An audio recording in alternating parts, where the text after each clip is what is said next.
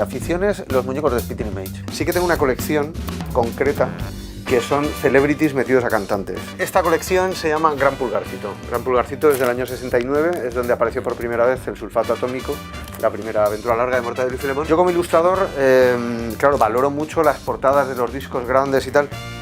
Mirad de Terminator 2. Un caricaturista neoyorquino que se llamaba Al Hirschfeld, que estuvo 100 años dibujando. 100 años. Es posible que esta línea tan fluida os suene y tal.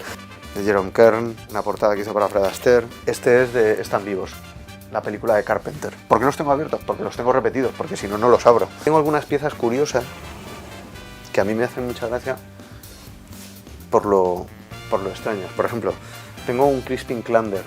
Mira, los aliens de Aliens. Lola Flores, a mí me parecía que los personajes de las películas de terror lo que eran es muy carismáticos. Y Freddy, sin duda, era el que más. Este es el libro que acabo de sacar, que se llama Postmortem y que recopila en una edición pues muy exclusiva, como podéis ver, mi colección de fotografía postmortem. Sí que tengo una colección concreta que son celebrities metidos a cantantes. Eso me encanta. La canción de los Pitufos, un clásico. El Padre Alejandro. Paloma Hurtado, ¿ves? Otra celebrity metida a cantante. Pancho y Javi. Bueno, estas cosas, claro, me encantan. Maradona canta con Pimpinela. Me pasé toda la infancia leyendo tebeos, como la mayoría de los niños. Tengo que decir que antes no era tampoco una cosa rara. O sea, ahora el cómic, ya no hay cómic infantil, por ejemplo. Ahora el cómic se ha desplazado más hacia la adolescencia y la gente adulta.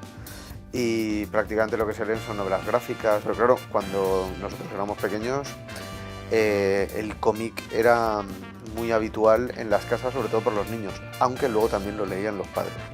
Y a mí me encantaba Bruguera en general, pero sobre todo Mortadelo y Filemón. Ibáñez, los personajes de Ibáñez eran lo que más me gustaba. Entonces yo empecé ya en mi etapa adulta y ya con cierta solvencia económica a recopilar los que yo leía de pequeño, a conseguir en buen estado las primeras ediciones de los tebeos de Mortadelo y Filemón, de los Olés, de los Ases del Humor. Digamos que mi objetivo principal ha sido conseguir tener todas las publicaciones en las que hay dibujos originales de Ibáñez. O sea, allí donde hay un dibujo inédito de Ibáñez, mi afán es conseguirlo. A partir de ahí, mi espectro fue ampliándose. Entonces ahora tengo publicaciones pues desde 1865. Entonces, cuando los nacionales entraron en Valencia, fusilaron al editor y a uno de los dibujantes principales por las caricaturas que hacían de ellos. Y tener ejemplares de la traca durante mucho tiempo, durante toda la dictadura, estuvo penado.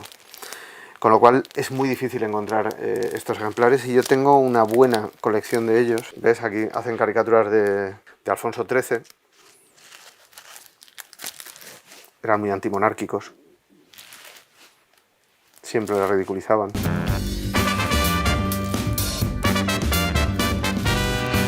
Mi madre me compró uno de los tebeos que más me ha marcado en mi vida. Yo debía tener como 5 o 6 años y me regaló el álbum de Mortadelo y Filemón, Valor y al Toro, el número 4 de la colección Ases del Humor, por comer bien durante una semana, en verano. Yo comía de mierda, sí, eran otros tiempos. De la colección Magos del Humor, en el año 84, empezaron a hacer una nueva serie también titulada Magos del Humor, una nueva edición, y reeditaron varios de los antiguos álbumes. Y cuando reeditaron los nuevos, yo me compré los nuevos y entonces el antiguo lo regalé, sin saber el peso sentimental que hoy en día tendría para mí. Entonces, como lo que más me gustaba era Mortadelo y los tebeos de Bruguera, los semanales de Bruguera, eran muy variados, eran en general demasiado variados. Y luego además Bruguera, digamos que en los años 80, que era cuando yo consumía tebeos, las publicaciones semanales de Bruguera eran demasiado eclécticas, o sea, republicaban mucho material antiguo, dibujantes apócrifos de Mortadelo y Filemón y tal. Entonces, a mí los semanarios no me gustaban mucho. A mí me gustaban los cómics de Mortadelo y Filemón dibujados por Ibáñez. Entonces, la manera de asegurarte que lo que caía en tus manos era auténtico de Ibáñez era comprarte sobre todo la colección de Magos del Humor. En aquel momento yo era bastante guardarín. Yo tenía mi pequeña biblioteca en el pasillo, entonces allí iba metiendo mis olés, mi superhumor, mis primeros tebeos de superhéroes y tal. Y la mayoría de esos todavía los conservo. Lo que pasa es que, claro, en aquel momento, cuando yo los leía de pequeño, yo no le daba importancia a que fueran primeras ediciones, o a la primera vez que se publicaba una historieta, o a la primera vez que salía determinado personaje y tal, y ahora sí. Entonces, ya de adulto, mi coleccionismo ha cambiado y se ha vuelto un poco más enfermizo. Esto es un libro que sacaron por el aniversario del Grupo Z. ¿Por qué lo tengo? Pues porque al final viene un dibujo inédito de Ibáñez. Aquí está la colección Chicos. La colección Chicos es una de las que leía Ibáñez de pequeño y el primer dibujo publicado de Ibáñez aparece en esta revista. Porque lo envió como lector a la típica página donde se publicaban los dibujos de los fans y tal. Bueno, pues Ibáñez envió su dibujo allí y se lo publicaron.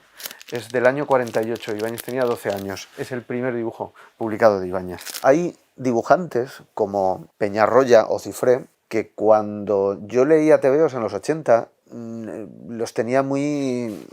No les hacía excesivo caso. O sea, me parecían dibujantes menores, mucho más infantiles que Ibáñez, por supuesto, incluso Escobar con las aventuras de Zipizape. Y entonces no es hasta que empecé a recopilar y a interesarme por el cómic anterior que descubrí verdaderamente a todos estos dibujantes en sus épocas de mayor esplendor.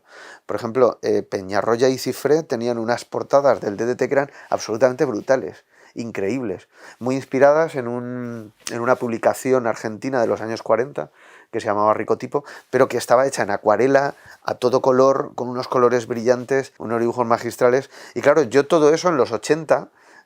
yo no lo conocía, yo no conocía ese pasado esplendoroso de estos dibujantes. O por ejemplo, Escobar, yo no conocía a Doña Tula Suegra, que es un personaje de los años 50 que murió por la censura y que era absolutamente salvaje y brillante. Hoy, curiosamente, hubiera muerto víctima de otra censura, porque al final el personaje era una suegra malvada, era una suegra que hacía la vida imposible a su hija y a su marido, pero tenía una mala hostia, bueno, poco habitual en el cómic infantil y en otras historietas.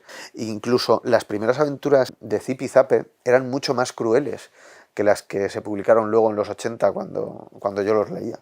Les ataban una bomba, les enterraban vivos, les tiraban al mar con los pies metidos en cemento. Todo eso lo hacía el padre al final de la historieta, Don Pantuflo, porque acababa harto de ellos, ¿no? Y claro, pues todas esas salvajadas eran mucho más graciosas.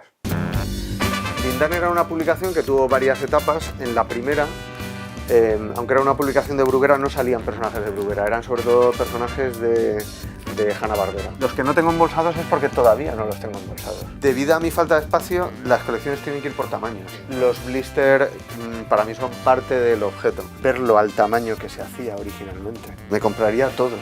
Y entonces en la viñeta del medio dice: Chicos, saluda a toda la prensa de nuestra España liberada y muy especialmente a la prensa infantil Flechas y Pelayos, que es otra colección que tengo aquí, con el deseo de sumarse a la medida de sus fuerzas a la admirable y patriótica labor realizada por estos prestigiosos semanarios.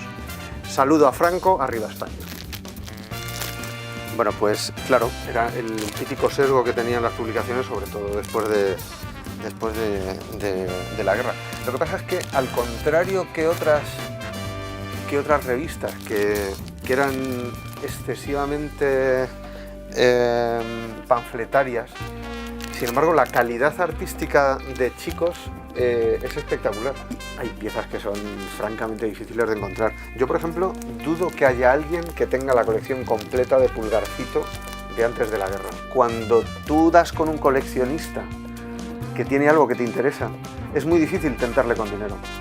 Entonces, la única manera de conseguir hacer un intercambio es poder ofrecerle tú algo que también sea difícilmente conseguible.